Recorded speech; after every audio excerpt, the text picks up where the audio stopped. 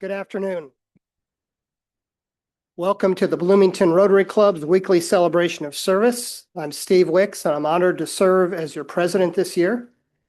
Please silence your electronic devices.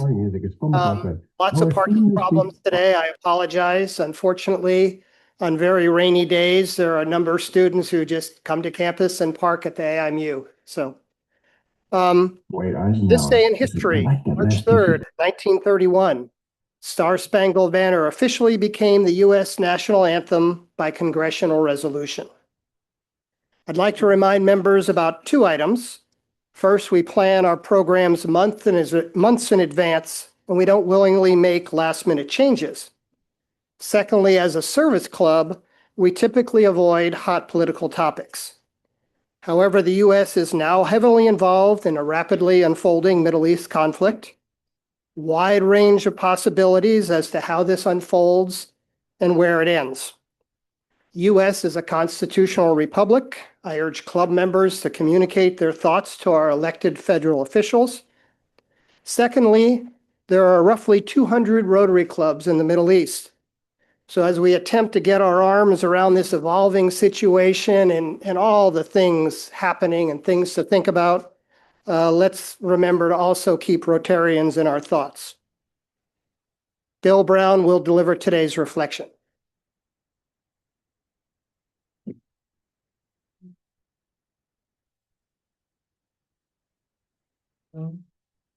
Thank you, President Steve. Good afternoon, fellow Rotarians. I want to reflect on something that is so fundamental that we rarely pause to consider it until it's not there, and that is water. The importance of water struck me when my wife called the other day. Grimly, she said, "The plumber said we can't use any water or flush anything down the drain until our septic tank is pumped out. What are we going to do tonight?" Pumping the septic tank was on my long overdue list, and I had finally called the week before to schedule it with Royal Flush. They told me to call back after the snow melted. I would have settled for a straight flush.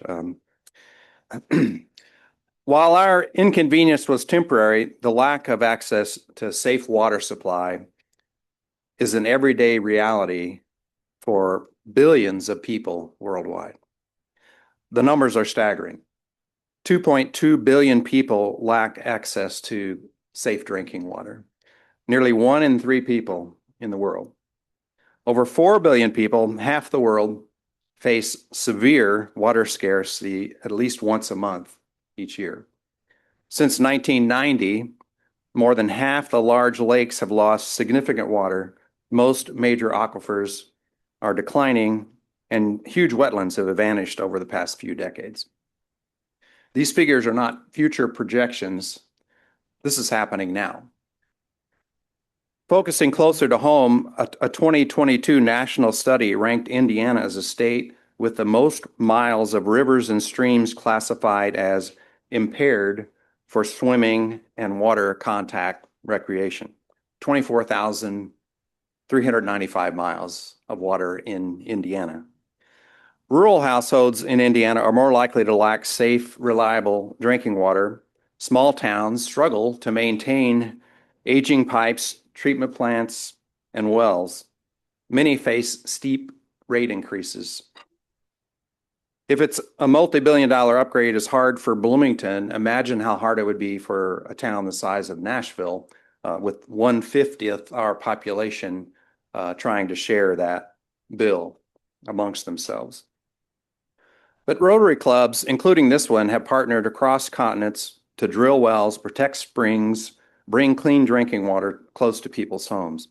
In addition, Rotary supported projects have installed wells, rainwater systems, and basic sanitations in schools, turning tens of thousands of dollars into safe water for communities.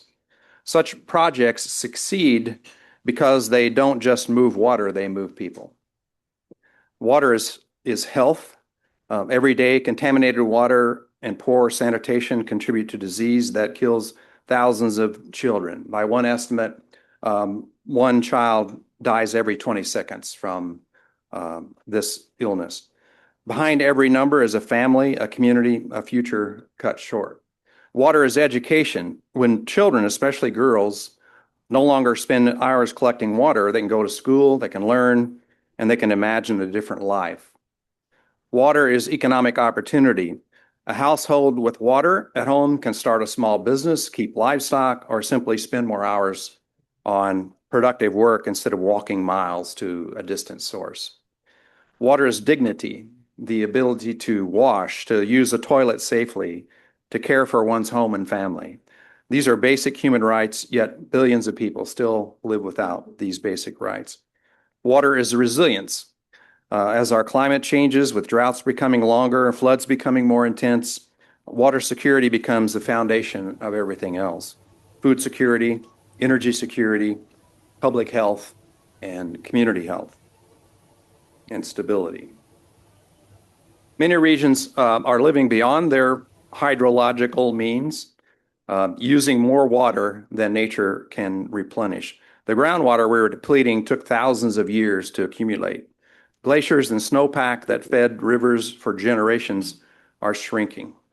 In Monroe County, we are blessed with 10,000 acre feet of water in Lake Monroe.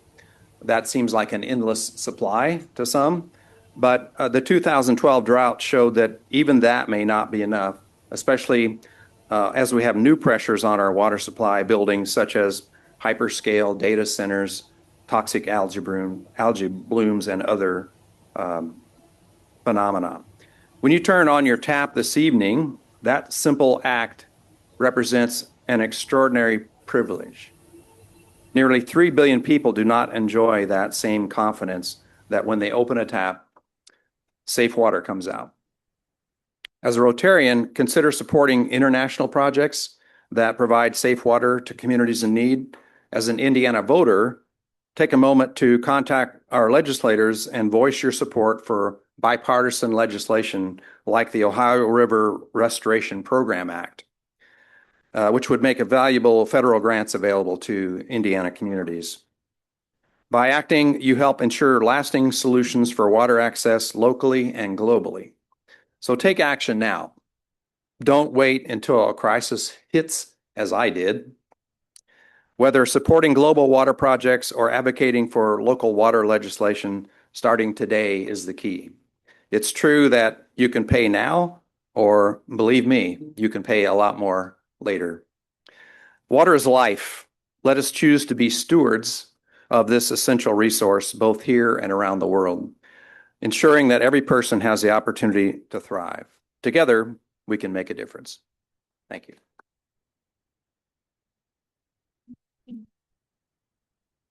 Thank you, Bill. Heidi Schulz has our guest today. Good afternoon. I'm so pleased to welcome the following guests to our Rotary meeting today. Becky Wan, guest of Steve Engel. Danya Jabari, guest of Art Omick. Tracy Goodman and Nikki Bell, guest of Hank Walter.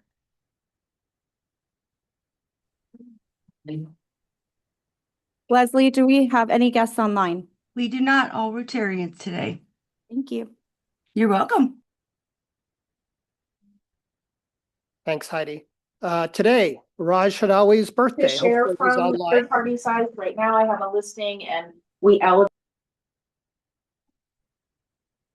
Let's try that again. Today is Raj Hadawi's birthday. My birthday is on the 5th, and Bob Zalzberg celebrating a birthday on the 6th. And one anniversary to celebrate, John Armstrong, 4 years on the 8th. Just a few announcements.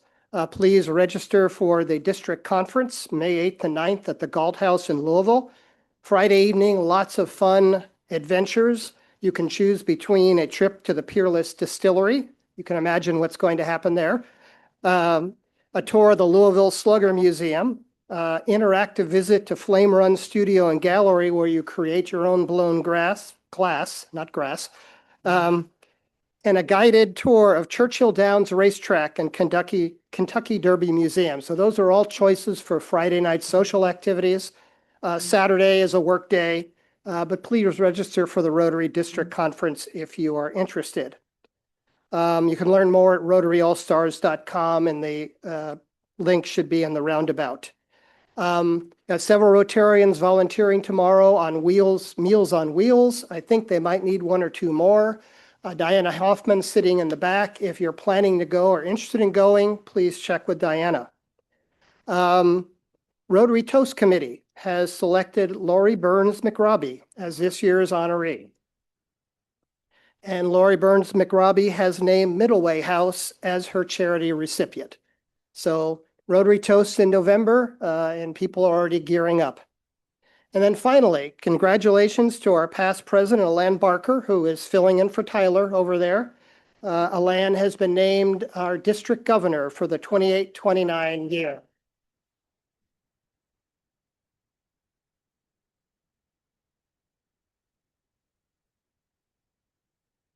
Okay, if you could tee up the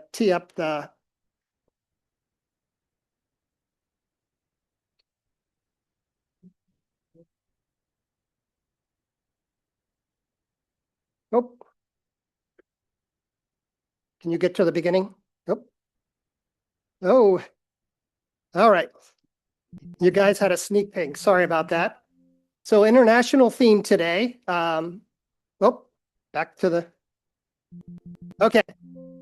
Our club has lots of people from all over the world. We're very proud of our many members from other countries. One of the things that makes this club very special. So today's membership quiz, 5 Rotarians, one of whom is originally from the US.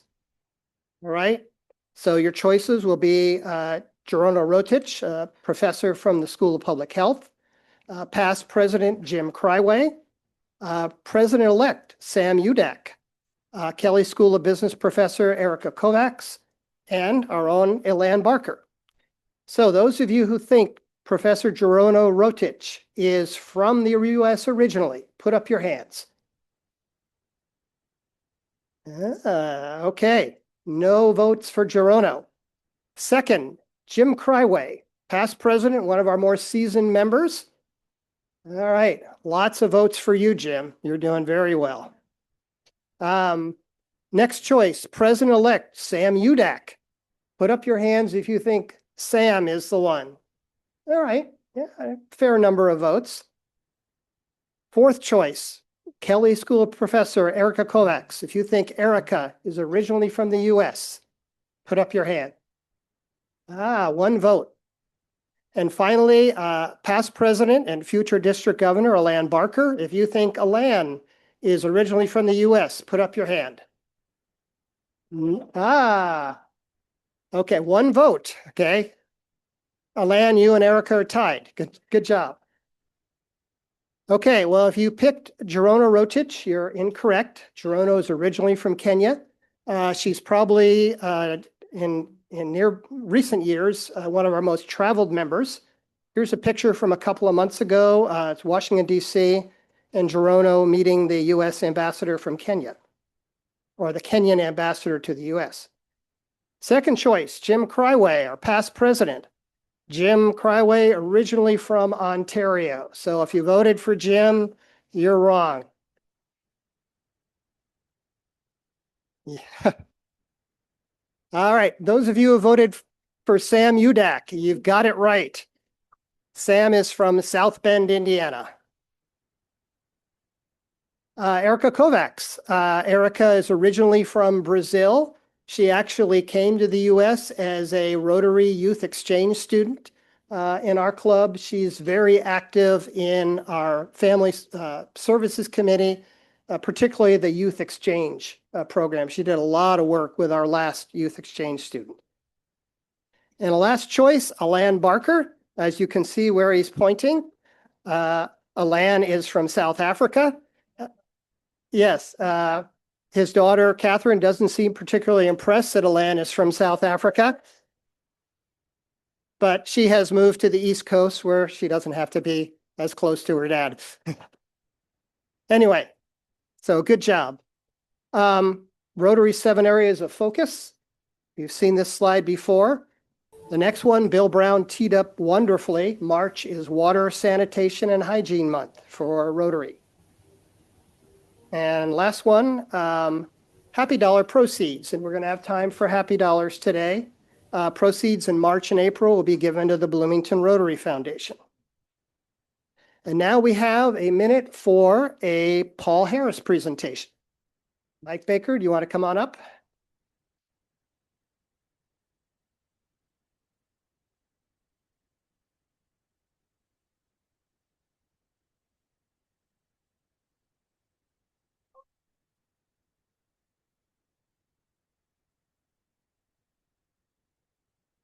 Minutes in the line out there, so I wasn't sure I was going to make it. So first of all, I want to welcome my Rotarian fellow members of the club and any guest. Really confident. Congratulations to our district governor-elect. The way you've handled the AV gives us a lot of confidence. So, and I did want to say happy birthday to Raj. Happy 50th, Raj. So anyway, we'll move forward. Good afternoon, fellow Rotarians. Today I have the pleasure of introducing 2 of our members for a Paul Harris recognition. Joy Conharder and Liz Cook Irwin, would you please come forward?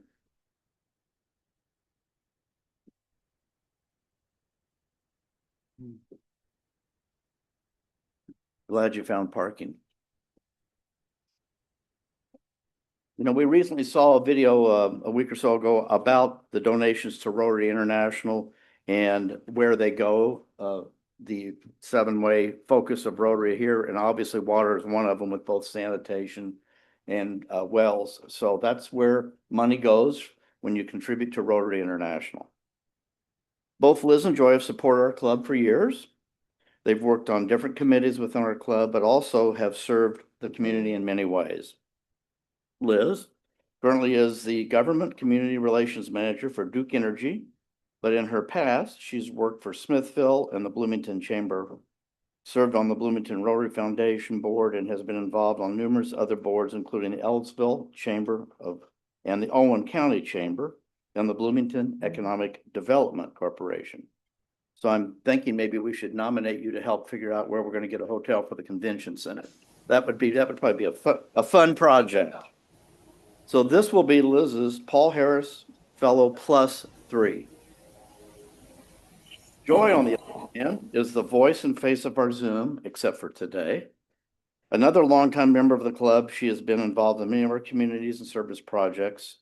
Professionally, in her past, she was executive director of Bell Trades from 2004 to 2019, social work service at Metalwood Retirement Community, and currently is self-employed at an LLC named Anchored Passages. You may not know this, but Joy is an elder care professional providing counseling and guidance and end-of-life guidance. Today, Joy will be also recognized for her Paul Harris +3. Both of these women are shining examples of why Rotary was smart in 1986 to allow women to join Rotary. That's right.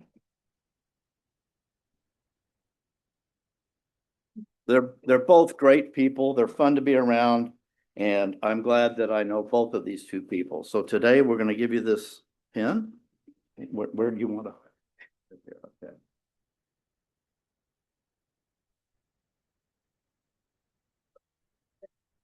Okay. Now, here we go. Okay. Yeah, hopefully that'll stay on. Congratulations. Thank you. You too. Rotarians, would you please rise and join me in recognizing these 2 people?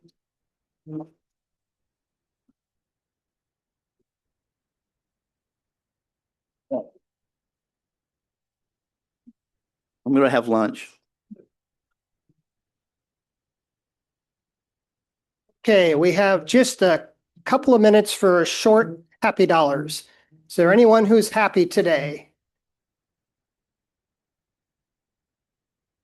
I'm not sure I can make it add up, but I am very happy. I am grateful for Indiana University for providing me with such meaningful entertainment. Over the past 7 days, I attended 2 brilliant films at the IU Cinema, 3 brilliant performances at the Jacob School, including last night with the Latin Jazz Ensemble that you missed, and you are sorry. And I also, the rest is to congratulate Alan.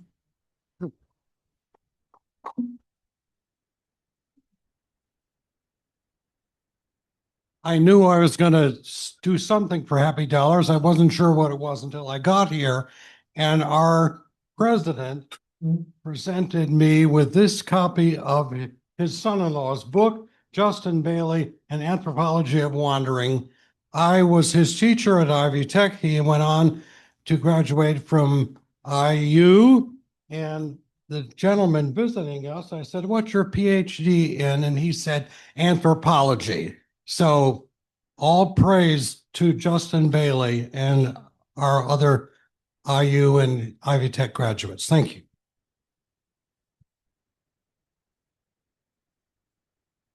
Hi, we are, Dave and I are just glad to be back. We've been in 6 weeks in Mexico, so it's nice to be back in person.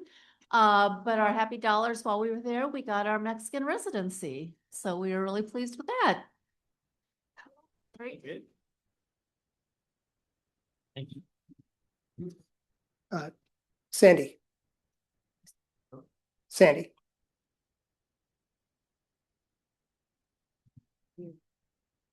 Congrats to Joy and Liz. I am very excited to announce that on April 12th, we are going to have a VIP event at the Country Club, which will feature VIP women, some from our club, that will doing a speaking presentation of a Maya Angelou poem, and it'll be a fabulous event. And Joy Harder will be one of our fabulous speakers, Sylvia McNair, and also the wonderful Beverly Calendar Anderson. Okay, I think we need to cut that short. Thank you, Michael. So I won the honor of introducing today's speaker. Peter Schulz, originally from Metro Detroit, Michigan, played football for the IU Hoosiers from 2019 to 2022, playing on both the Gator and Outback Bowl teams. Peter was a 2-time All-Big Ten academic team selection. He coached his business fraternity, Alpha Kappa Psi, in the 2022 Little 500. A year later, Peter became a writer for Alpha Kappa Psi, where he posted one of the fastest individual trial times and rode in the race itself. After graduating from IU in 2023, Peter worked in the raw materials division of Nucor Steel in Salt Lake City, Utah.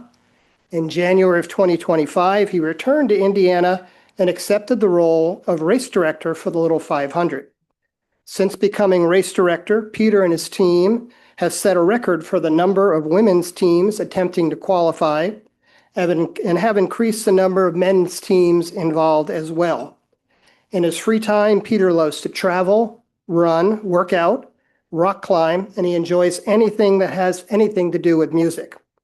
Please welcome Peter Schulz as he brings us up to date regarding the world's greatest college weekend.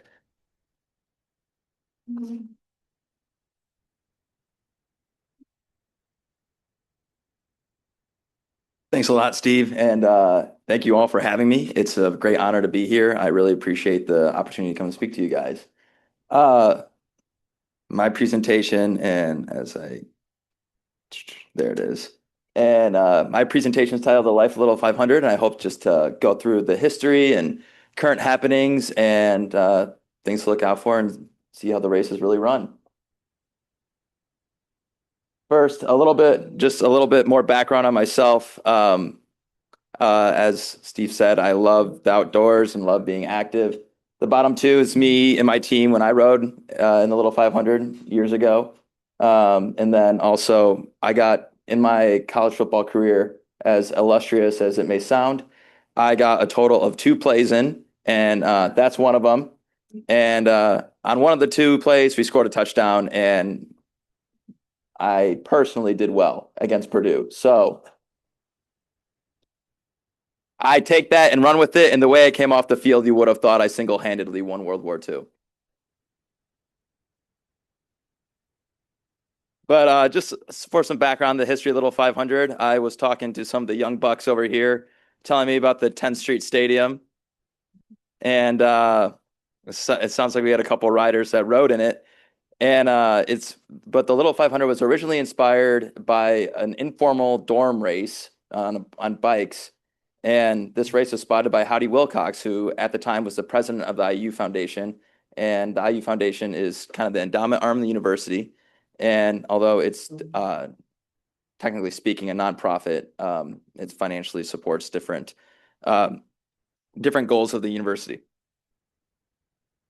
So more about Howdy Wilcox. You can see him on the left, and his dad is on the right. His dad won the Indy 500 in 1919. And so the Little 500 is based off the Indy 500 just with bikes. So that's kind of where the inspiration came from.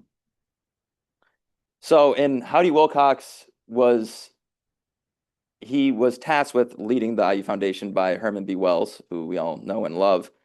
And he wanted to create a connection between the students and the IU Foundation for future benefactors. So he created the IU Student Foundation. And to this day, our mission, at first, it was to raise money for student scholarships. Today, we pick an initiative for students that the students lead the campaign, and it's supposed to help students. So 2 years ago, we did the local food bank. The last couple of years, we've done mental health resources on campus, and this year it's going to be for basic needs on campus. So the philanthropic campaign is called Students Helping Students because it's literally students helping students. And as I said, originally in 2023, we had 599 student donors. In 2024 and 2025, the initiative went towards the mental wellness house on campus. And last year we had 1,198 student donors. So essentially we're doubling it, and the campaign's growing, the impact's growing. And each team has a quota based on how many riders register for their team. And if they reach that, and that quota is to hit a certain amount of donors that donate in that team's name. The minimum amount of donations, $5. We do not necessarily care about the amount.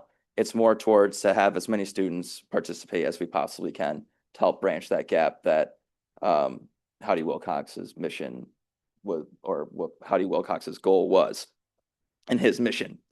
So in our first year, we had 27 teams get their SHS patch. Last year, we had 55 teams get their SHS patch, and this patch is just on their jersey, and it symbolizes that they care about their fellow students and they're racing for a bigger cause than themselves.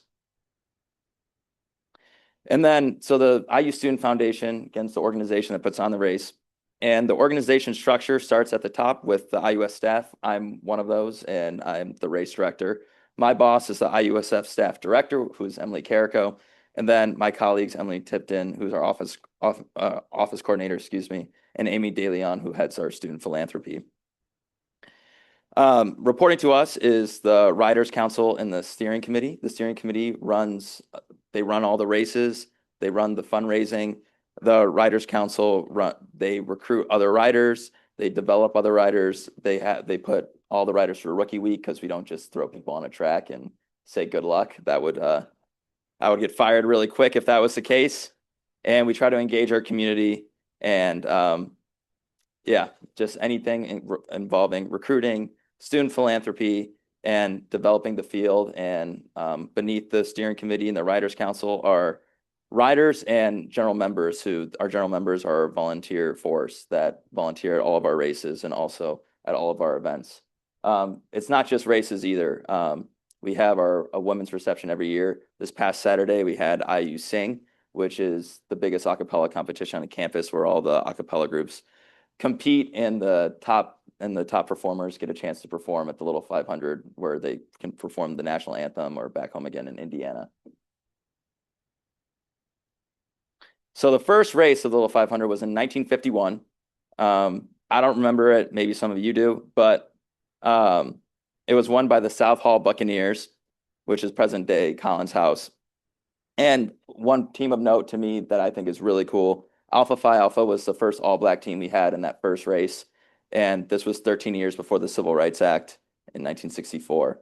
So the race has always been pushing boundaries philanthropically and racially and also physically. So I think that was really, really cool.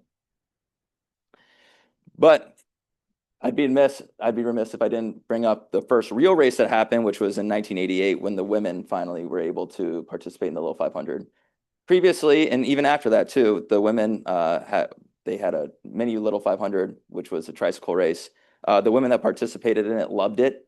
Some might say it was patronizing, but the women that participated loved it. But some strong women came together from Kappa Alpha Theta in 1987. They attempted to qualify, and they narrowly missed. But they caused enough of a ruckus that they got the women's race started the next year, and they filled the field.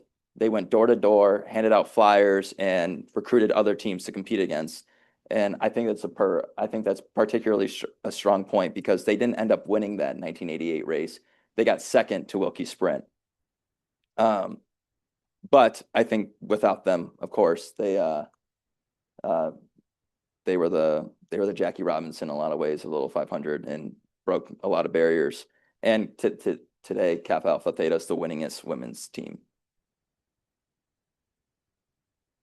So going forward in the race today, we have 583 registered riders, 320 of them are women. This year, we have 41 men's teams registered and 36 women's teams, which tied a record that we set last year for the women. And then it's an electric event. We have 15,000 people that come every year for each race. And last year, the women's race came down to a 7-team sprint at the end. It's 100 laps for the women, 200 laps for the men. And I get questions all the time. Why is there that discrepancy? That's a great, valid question.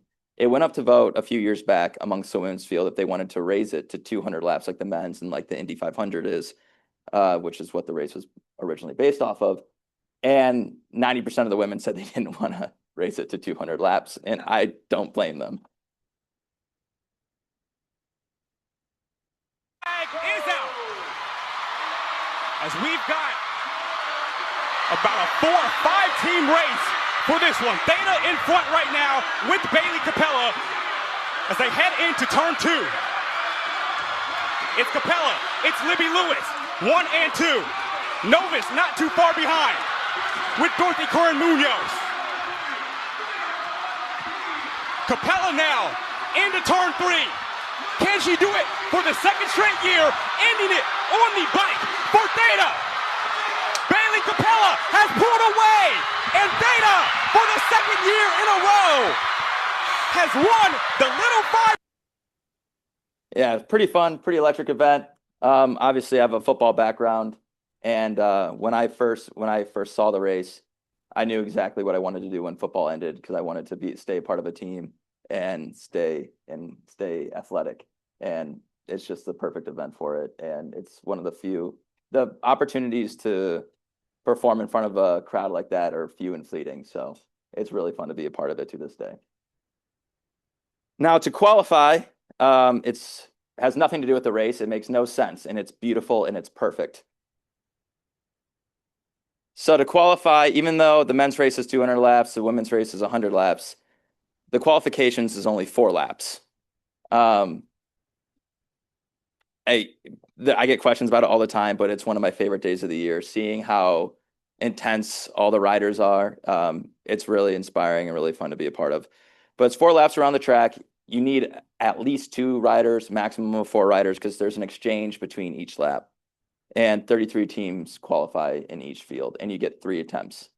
But I also have a video of quals we have a docu-series that highlights 3 teams every year from both fields, 3 teams from both fields.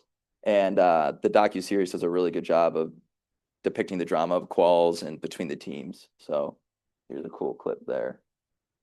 And these are from the 2 top men's teams last year from quals. Luke Nas is back on the bike. It's a clean brother-to-brother exchange.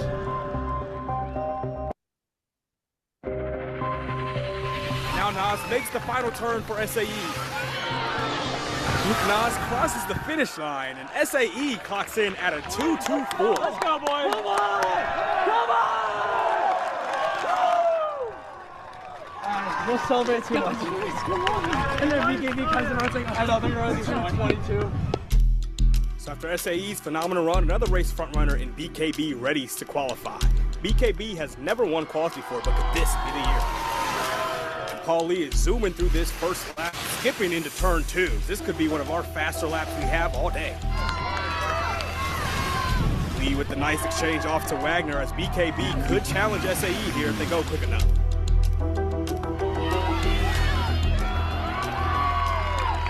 Go, Wiley.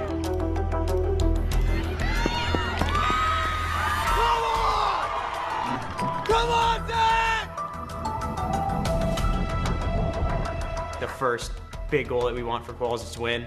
Getting in first place would be amazing. It's a pretty big task, and no team's ever done it before. As Villarreal makes the final turn, could BKB do it?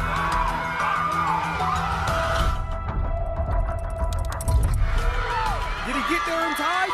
He did! A 2:23 for BKB. Let's go! Yeah! With a time of 2:23, BKB will be on the pole for the first time ever.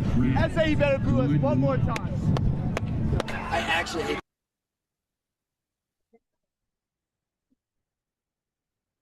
But yeah, I love that clip.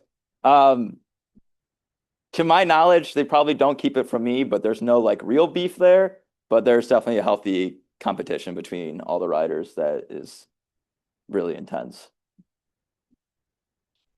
But then in addition to quals, we have our spring series events, which includes Missing Out, which is like cycling musical chairs. Team Pursuit, where a minimum of 3 riders compete for 15 laps around the track. There's 2 on the track at a time. They start at each corner and they race each other. And then the top 2 times at the end of the day compete in the final. And then individual time trials, which is a 4-lap sprint around the track against the clock. Then we have our fall series events, which includes cyclocross, which is a course around the tailgate fields, which is always really fun in the peak foliage, which is 12 laps. And they have to, you can see the hay bales. We put up obstacles for them. There's scarecrows, hay bales, just odd things to make it fun. But then we also have street sprints, which is a 200-meter sprint on 7th Street from the IMU down to Showalter Fountain, which is done the next day typically. And then we also have weeknight race series throughout the fall, which consists of a vets-only race, rookies-only race, and Missing Out with both of them. And then Bloomington Classic, which is a Little 500 Madison-style race. Madison style is exactly what the Little 500 is. It's a relay. There's no set amount of laps for each rider, and each rider just has to touch the bike, and there's usually a set amount of exchanges that you have to partake in. And then we have rookie requirements, which we don't, again, we don't just send riders out there, but rookie requirements include skill checks, races, track hours, and then in the fall, we do group rides to make sure that people know the rules of the road. And we always send reminders and make sure people are being safe and have proper etiquette both on the track and on the road. Which I was told some of you guys may oversee some road construction. A lot of great projects going on. The riders want to make sure that you guys are appreciated, and they also wanted to let me know that there may be a few potholes around Lake Lemon. If you guys could just look into that. I don't know who it is. I'm just the messenger. But this is my last slide I have for you guys before I open up for questions. But this is just some of the training that our riders do. It's really impressive. They're real athletes. The 341 miles, that's on one ride. That route right there is called the Nashville 90, where riders will do a loop to Nashville, down south of Lake Monroe, then back to Bloomington. It's 90 miles. He did it 4 times. The bottom left is a more typical, if you guys aren't familiar with Strava, it's a great training account, it's like a social media for athletes and endurance athletes where you can share your rides and it tracks your rides for you and your runs, whatever it is. Post-grad, admittedly, I don't ride as much as I would like to, but you got to get it in, so I run. But this over here is that's a more typical training schedule where riders will get 300 to 400 miles in a week. Now, you don't need to do that to be a Little 5 rider, but if you want to be one of the top teams, that's pretty typical. And all of it comes together here, where on race day, you get to hand the champions the trophy and all their hard work comes to fruition. But at the end of the day, my team, we qualified 4th. We got 17th in the race, but we won our own race, which is just as beautiful in itself. Yeah, you guys have any questions? I'd love to hear them.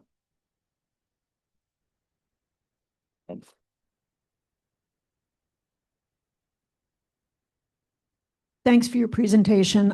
I have 2 questions, semi-related.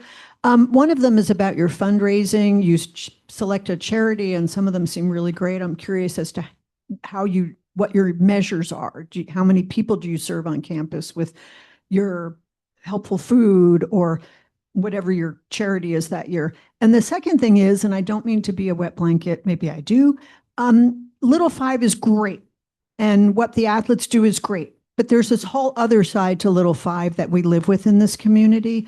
And what does the IU Student Foundation feel their responsibility is to the rest of what we think of as Little 5? I'm going to start with that second question, just because what I think you're getting at is kind of like the party scene and around it. That has nothing to do with us. That has nothing to do with us. Our whole mission is philanthropic.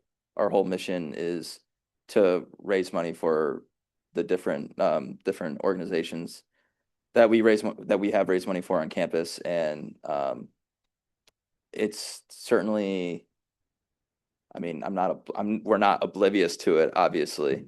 But as far as we don't sell alcohol in the stadium for our event. We don't have any, we just don't associate with it, really. As far as our responsibility towards it, the best thing I can say is we really, that's not our mission at all. We don't encourage that.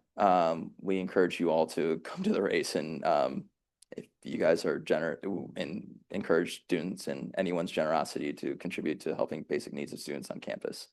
As far as picking an organization, that is not my role. We do our best to adhere to student needs and listen to what the students feel is impactful. And my colleague Amy DeLeon heads that, so I can't answer directly to that question. Sorry to have a politician answer for both of your questions. You can say what you want about me. I am self-aware, and that's probably not the answers you were looking for. But yeah, that's a great question. We try to adhere to students' needs, and the first thing is that it's got to be on campus supporting students, and then our goal is to have students support students.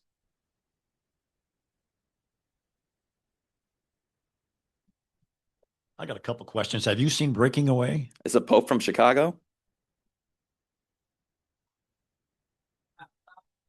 He's a Southsider. He's a Southsider. Has everybody here seen Breaking Away? Okay, well, you haven't seen it? No, I have. Okay. I have. Yeah. The Pope's from, yeah. If you hadn't heard, the Pope is from Chicago. Sorry.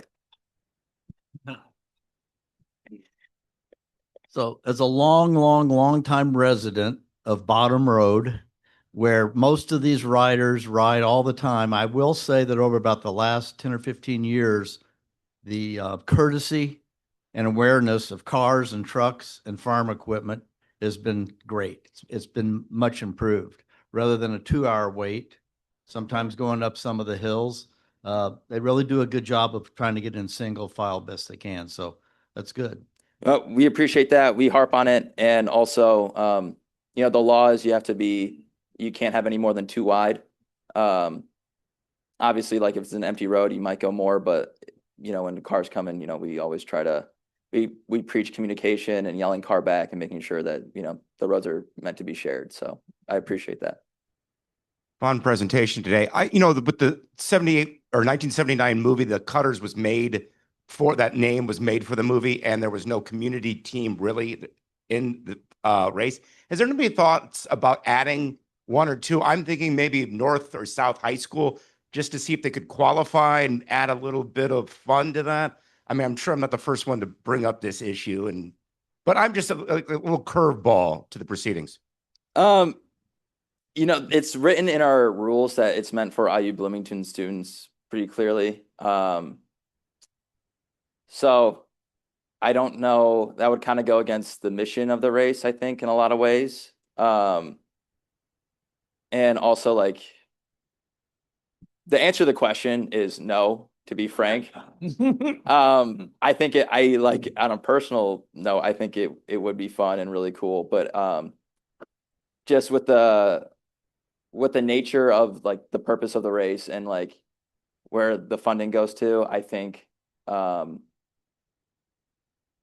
as fun as it would be, it would go against kind of the fabric of the race in some ways, but I think that is a fun idea. So years ago, my husband and I were asked to be yellow flag holders standing around the track. You want to come back? No, but I'm just wondering, I just wonder if they still do that, right? It was a fun experience. Yeah, we have volunteers, we have judges, and we're also bringing back alumni races this year, and we're looking for volunteers for that too. So if you're interested in volunteering, feel free to reach out to me, and I'm sure you guys can get my contact. So Do we have any questions online?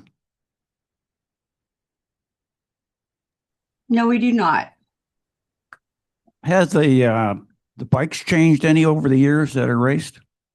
yes, phenomenal question. So when I rode, or right before I rode, we rode Schwinns, and then previously I know they rode Roadmasters for a while, and I think Schwinn was the first. I should know this off the top of my head, but I don't. But Schwinn was the first, I believe, bike brand that we used. And then in 2023, the year I raced, we switched to State, and we still use State bicycles. And the States have been pretty popular. They're well-made bikes for the event. I think it's great that you, the whole Students Helping Students mission, and that you raise money for student services and programs. I'm just curious, maybe I missed it. Like, how much do you raise in a typical year? That's a great question. Each year, we've raised about 60 grand.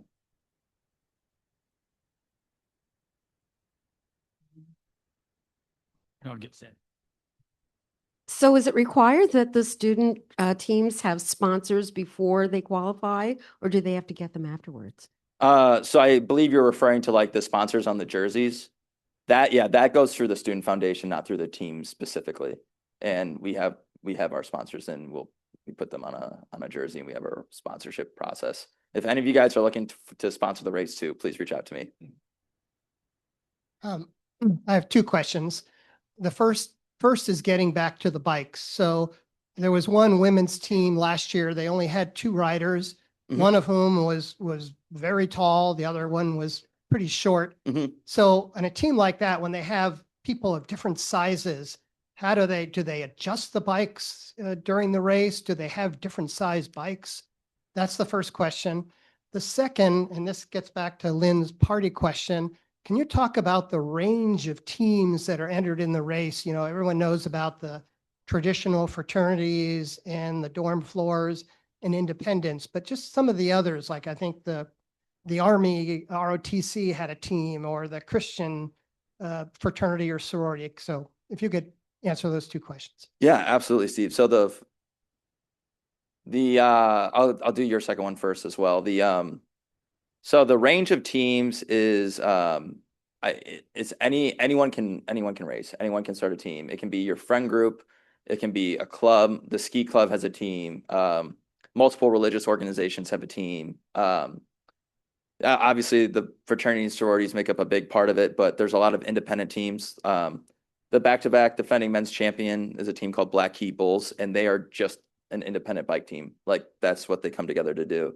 And they have they like to describe themselves as an organization where their alumni are really involved and they give back to their organization. And then there's other independent teams like 3PH stands for Three Parks Hooligans. They're another independent bike team. The Cutters, famously in Breaking Away, the Cutters are an independent team. So it really is a really wide range. I was in a business fraternity, which is technically considered an independent team because it's not part of the Pan-Hellenic organization. So that's considered an independent team. So you have business fraternities, Teeter and Forest still, and Collins still are dorms that have teams. So it really is a wide range. And I'm so sorry. Can you remind me of the first question again, Steve? Just bike sizes and Oh, yeah. the size of different riders and how do they handle that? So each team gets 2 bikes. And they get a bike deposit. They can return it and get the bike deposit back at the after the race concludes. But each team gets 2 bikes, and we've already distributed them to each team. But so you typically, if you want to have 2 bikes regardless in case something happens. And then I'll use my team when I race as an example. So out of the 4 of us, I'm about 6'1". I usually tell people 6'2", and so a couple of my teammates were like 6'4", 6'5", then one of my teammates was 5'8". So we had 2 bikes. We had a 54 centimeter and 58. The 54 was for our 5'8" teammate, and then we just hit middle ground between me and my 2 teammates that are 6'4", 6'5". Would you consider Kilroy's as a sponsor? No.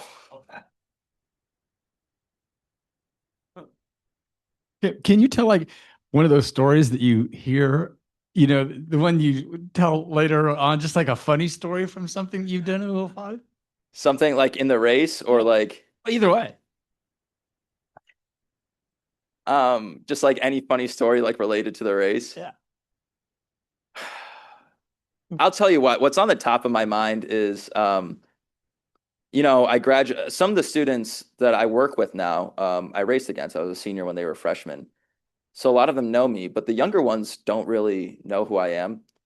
And being a recent alum, it's very interesting to hear what age the students think I am.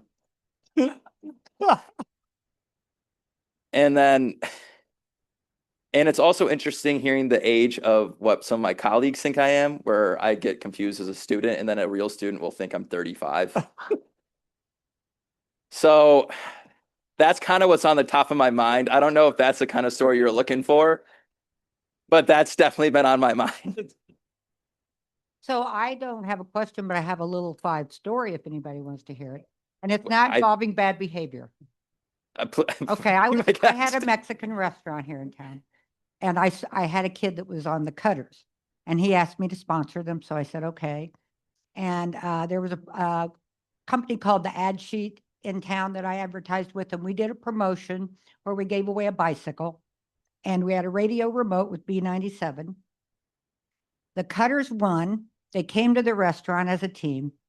The girl that won the bicycle was riding around in a car with a bunch of girls when it was announced on the radio, and they all came over and went nuts. The kids were really well behaved.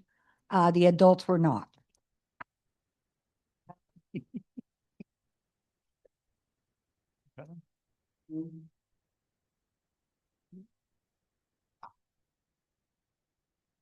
So are you limited on the number of teams for the race, or is it unlimited?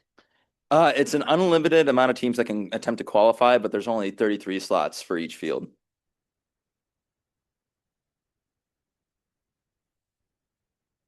Where do the Black Key Bulls originate? Because they're prominent in every race.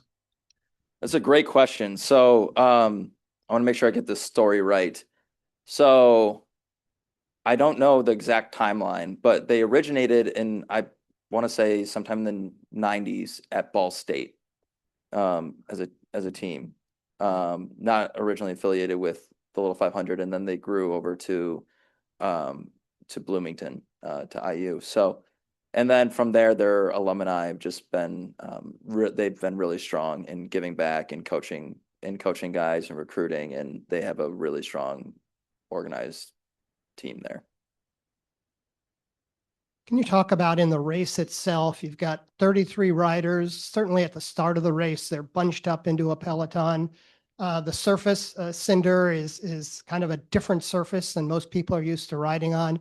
What type of communication occurs inside that bunched up group of riders? That is a phenomenal question. So there's a lot of, I mean, if someone's like getting close, you yell, I'm overlapping, this, that, the other, but your tactics you don't want to say, but you still want to like stay safe. And then also teams will have tactics mid-race where they might partner with other teams. So like last year, in the race, SAE, so you saw SAE and BKB, SAE Sigma Alpha Epsilon and the Black Key Bulls. They were competing, they were 1 and 2 at quals. In the race, they started colluding with each other, which happens. It's not illegal, to an extent, like if someone's doing it the whole race, but they were clearly partnering with each other in the race because there was a crash and the cutters were involved in the crash, and the cutters were the clear number. They're a clear contender. And so BKB and SAE wanted to bury the cutters. So they started going off the front and trying to gain an advantage. And then eventually BKB made a move and won.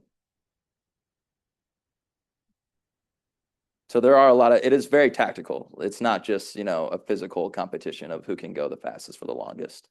You're so charming and adorable and funny. And What's your name? And I'm just wondering about the injuries. What's the percentage?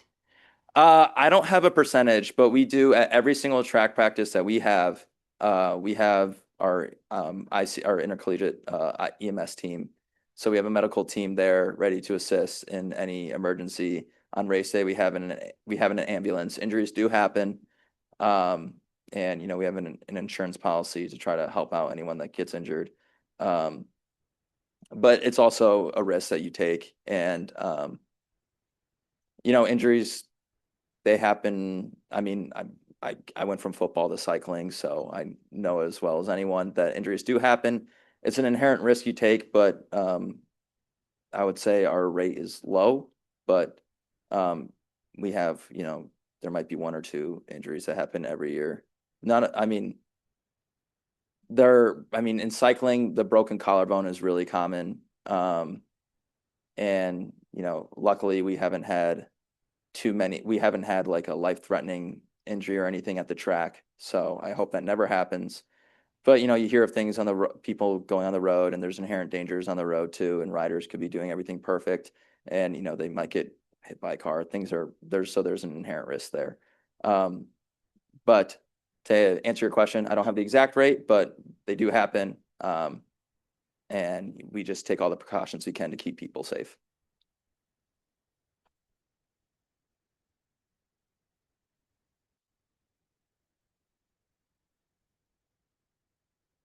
Peter, thank you. Before you ask Connie for her number, she is here with her husband today.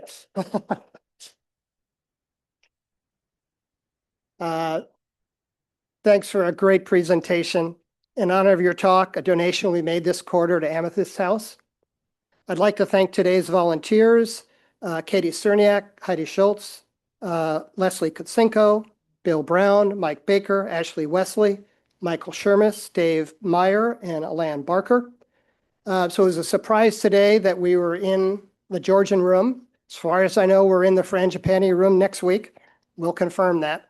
So our next regular meeting, March 10th, Christy Pop will review immigration under Trump 2.0. What's the end game and how are we getting there? Please join us. Alan, if you'd put up the graphic for the 4-way test, please stand if you're able. Of the things we think, say, or do, first, is it the truth? Second, is it fair to all concerned? Third, will it build goodwill and better friendships? Fourth, will it be beneficial to all concerned? And fifth, is it fun?